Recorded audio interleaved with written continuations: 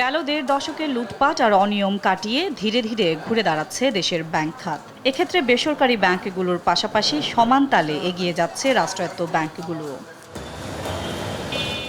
অভ্যুত্থান পরবর্তী গেল দেড় বছরে অগ্রণী ব্যাংকের আমানত বেড়েছে 14,000 কোটি টাকার বেশি। 40% উপরে থাকা খেলাপি ঋণের পরিমাণ কমে এখন 30% ঘরে। আগামী মার্চের মধ্যে তা 25% নামিয়ে আনতে কাজ করছে ব্যাংকটি।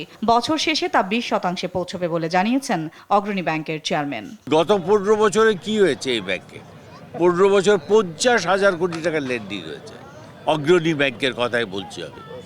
এর 50% হলো ক্লাসিফাইড, 25,000 কোটি টাকা ক্লাসিফাইড।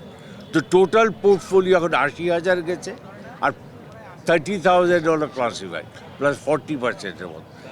এইটা কিন্তু একটা কি বলবো অসম্ভব জিনিস হয়ে গেছে। অস্থিরতা থাকবে এখানে ন্যাচারালি। এই থেকে কাটিয়ে আটতে গেলে যে প্রয়োজনীয় করাগুলি সেগুলি আমরা করেছি। ভিগো ওয়্যার গার্ড প্রয়োজন মতো বাঁকানো যায়, অধিক চাপেও ভাঙে না। ভিগো।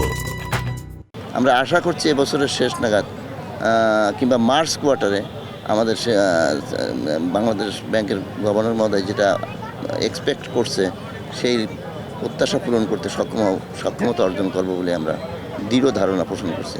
জানান, গেল সরকারের আমলে দেয়া ঋণের 10,000 কোটি টাকা পুনঃতফসিল করে আদায় হয়েছে 1,000 কোটি টাকা। এর পেছনে নেয়া স্বল্প ও দীর্ঘমেয়াদী পরিকল্পনা কাজে আসছে বলেও জানান তিনি।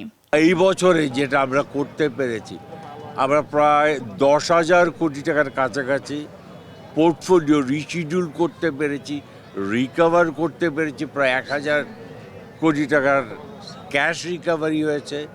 আমাদের অবলম্বন ঋণ থেকেও আমরা প্রায় 100 কোটি টাকার কাছাকাছি রিকভারি করেছি। সব সংকট কাটিয়ে খুব শীঘ্রই ব্যাংকটি রাষ্ট্রায়ত্ত ব্যাংকগুলোর শীর্ষে পৌঁছাবে বলে আশাবাদী তিনি।